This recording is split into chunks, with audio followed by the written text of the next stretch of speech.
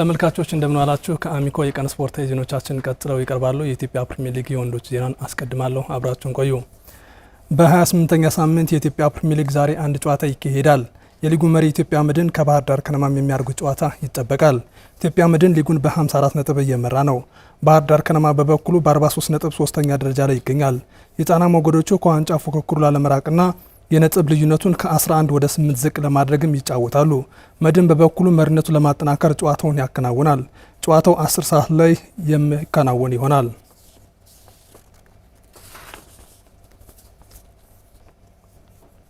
በመላ አማራ ጨዋታዎች ከዚህ በፊት የውድድር እድል ያላገኙ ስፖርተኞችን በማሳተፍ ውድድሩን ውጤታማ ለማጠናቀቅ መስራታቸውን የኦሮሞ ብሔረሰብ አስተዳደር ወጣቶችና ስፖርት መምሪያ ገልጿል። ብሔረሰብ አስተዳደሩ ውድድሩን በስፖርታዊ ጨዋነት እንዲካሄድ ለማድረግ ስፖርተኞቻቸውን አዘጋጅተናል ብለዋል። ዳናይሳ ተጨማሪ እንደሚከተለው ታቀርባለች። በክልል ውስጥ የሚገኙ ከተሞችና ዞኖችን የሚያፎካክረው የመላው አማራ ስፖርታዊ ጨዋታዎች በደሴ ከተማ የፊታችን ግንቦት 3 ይጀምራል። በመላው አማራ ስፖርታዊ ጨዋታዎችም ጠንካራ ተፎካካሪ ሆነው ለማጠናቀቅ አዳዲስ ስፖርተኞችን ይዘው ወደ ውድድር ቦታ እንደሚጓዙ የኦሮሞ ብሔረሰብ አስተዳደር ወጣቶችና ስፖርት መምሪያ ኃላፊ አቶ ሰለሞን ይትባረክ ገልጸዋል። ለ4 ዓመት ይህ ውድድር ተዘጋጅቶ አያውቅም። 2012 አካባቢ ነው ተዘጋጅቶ የሚያውቀውና ይህ ውድድር ለማድረግ በቂ ዝግጅት አድርገናል። እንዲሁም ደግሞ አዲስ ትውልድ ነው በዚህ ውድድር ላይ ይሳተፋል ብለን ባወጣነው አውራ ደንብም በቴክኒክ ደንቦቻችን ላይ ይዘን የመጣ ነውና እንዳልነውም በዚህ ውድድር ላይ በተለይ በእግር ኳስ ስፖርት፣ በዳርት ስፖርት፣ በኢንተርናሽናል ቴኳንዶ እንዲሁም ደግሞ በቴብል ቴኒስ አካባቢ ላይ አዳዲስ ልጆችን ያየንበት ሁኔታ አለ። ብሔረሰብ አስተዳደሩ በ12 የስፖርት አይነቶች በደሴው የመላው አማራ ስፖርታዊ ጨዋታዎች የሚሳተፍ ሲሆን ከዚህ በፊት ከነበራቸው ውጤት በተሻለ ለማጠናቀቅ መስራታቸውን ገልጸዋል። ተሳትፎ ፕላስ ውጤታማ መሆን ያስፈልጋል። ስለዚህ እነዚህን ያለሙ ስራዎች በየአካባቢው የተመረጡ ስፖርተኞች አሉ። የተመረጡ ስፖርተኞች የራሳቸውን ዝግጅት እያደረጉ ያሉበት ሁኔታ አለ። እንዲሁም ደግሞ አንዳንዶቹ ደግሞ ምክንያቱም የውድድሩ ጊዜ ረዘም ያለ ከመሆኑም ጋር ተያይዞ እንደ እግር ኳስና ቮሊቦል ያሉ ደግሞ በአካባቢ ቀረብ ወዳለ አካባቢ በራሳቸው ተነሳሽነት ዞኑ ከመጥራቱ በፊት ተሰባስበው ትሬኒንጎችን እየሰሩ ያሉ ልጆች አሉ።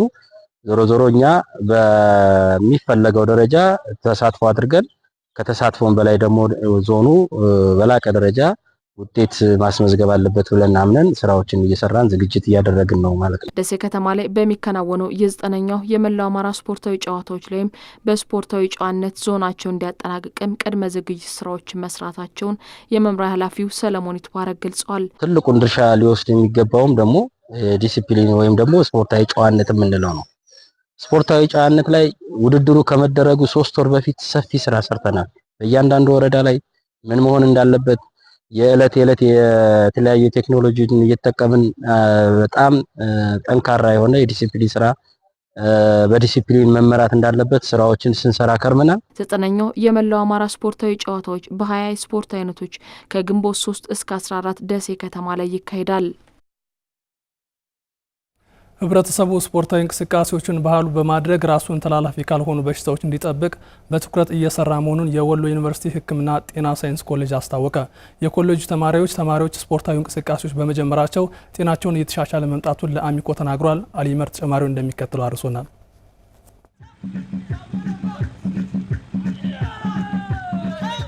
የወሎ ዩኒቨርሲቲ ሕክምናና ጤና ሳይንስ ኮሌጅ የዘንድሮ ተመራቂ ተማሪዎች በማህበረሰብ ተኮር የጤና አገልግሎት መርሃ ግብር ህብረተሰቡ ተላላፊ ባልሆኑ በሽታዎች እንዳይጠቃና በበሽታው የተያዙ ግለሰቦችም ለከፋ ችግር እንዳይጋለጡ ግንዛቤ በመፍጠር ስፖርትን እንዳዘወትሩ ጤናቸውንም እንዲጠብቁ እየሰሩ ይገኛሉ። ማህበረሰባችን ብዙ ጊዜ ስፖርት ላይ ያለውን እንቅስቃሴ ገታ አድርጎ ለስራ ነው ሲሮጥ የምናየው እና ብዙ ጊዜ ምንድነው ጤናችን ለመጠበቅ ሆስፒታል ከመዳችን በፊት በበሽታ ተይዘን ከመስቃየታችን በፊት ኤክሰርሳይዝ በማድረግ አካላዊ እንቅስቃሴ በማድረግ ጤናችን መጠበቅ እንችላለን በሚል መሪ ቃል ከማህበረሰባችን ጋር በመገናኘት ማህበረሰቡን አንደኛ የግንዛቤ ማስጨበጥ ስራ እንሰራለን። ከመድኃኒቱ ባሻገር የህይወት ዘይቤያቸውን እንዲያስተካክሉ መክረን እንደ ጤና ባለሙያነታችን ከኛ የሚጠበቀውን ትምህርት ሰተናቸው ወደዚህ እንቅስቃሴ እንዲገቡ አድርገናል። በተፈጠረላቸው ግንዛቤ ስፖርታዊ እንቅስቃሴዎችን በማድረጋቸው ጤናቸው እየተሻሻለና ለውጥ ማምጣት መቻላቸውን የመርሃ ግብሩ ተጠቃሚ የህብረተሰብ ክፍሎች ይናገራሉ። ስፖርት እንድሰራ ጥሪ ያደረጉልኝ የወሎ ዩኒቨርሲቲ ተመራቂ ተማሪዎች ናቸው። አጋጣሚ ጤና ጣቢያ ነበር መድኃኒቱን ወስደው ጥሪ ተደረገልኝ። ወደ ስፖርት ሜዳ መጣሁኝ። ስፖርት ጥቅም አለው። ተማሪዎቹን በዚህ ስም እናመሰግናለን። ስፖርት ጥሩ ነው። ከመድኃኒቱ ልቅ ስፖርት ብንከታተል የበለጠ ውጤታማ ነው ብለን ብያምናለሁ። በእኔ የስፖርቱ ለግፊቱ ብቻ ሳይሆን የአእምሮ ንቃት አለው፣ ተስፋ ይሰጣል። በአካል እንቅስቃሴ ጤንነታችን ለመጠበቅ አካላችንን ለማዳበር ተገይተን ያው ስፖርት ልምድ እያደረግን ነው።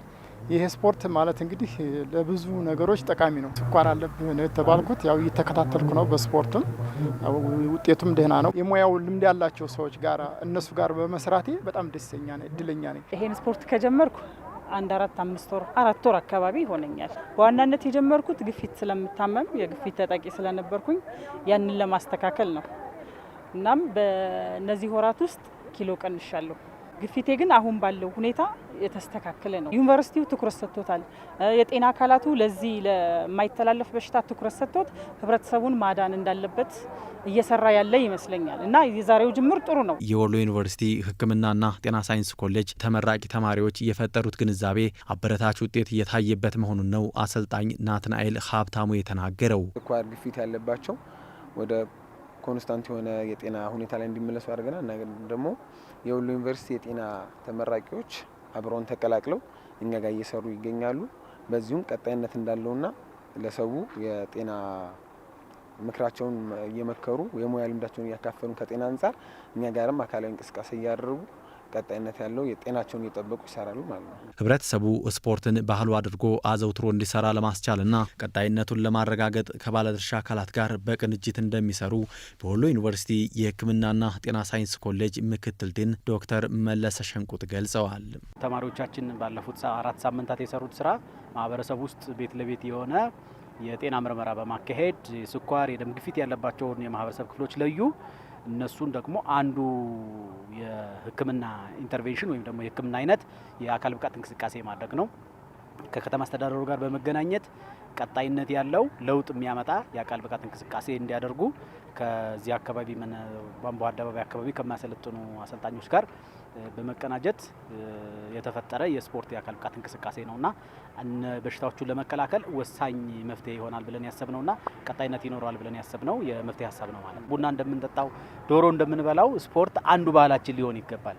እስከ 30 ደቂቃ ድረስ የሚደርስ የእግር ጉዞ እና ከፍ ካለ ደግሞ እስከሚያልበን ድረስ የአካል ብቃት እንቅስቃሴ ማድረግ መቻል፣ ይሄ ባህል መሆን መቻል አለበት።